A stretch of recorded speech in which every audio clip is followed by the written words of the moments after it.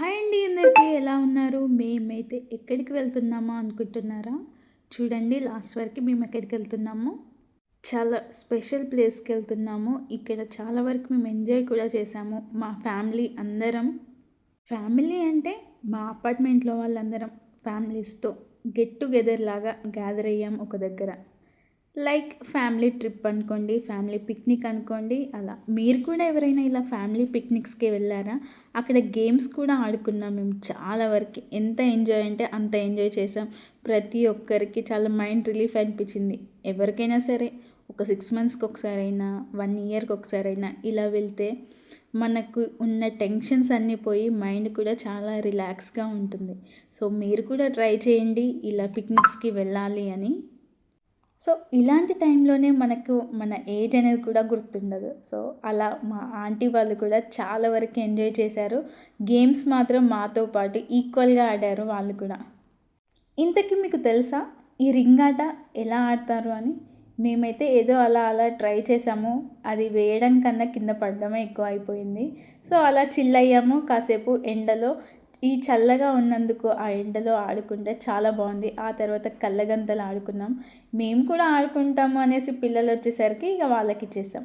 Next ఈ game గురించి ఎవరికైనా తెలిసుంటే కామెంట్ చేయండి. మా తాత ఉత్తరం. మా తాత ఉత్తరం అనేది మన చిన్నప్పుడు చాలా వరకు విన్నాం ఇది. చాలా ఎంజాయ్‌గా ఉంటుంది. కొంచెం కామెడీగా ఉంటుంది.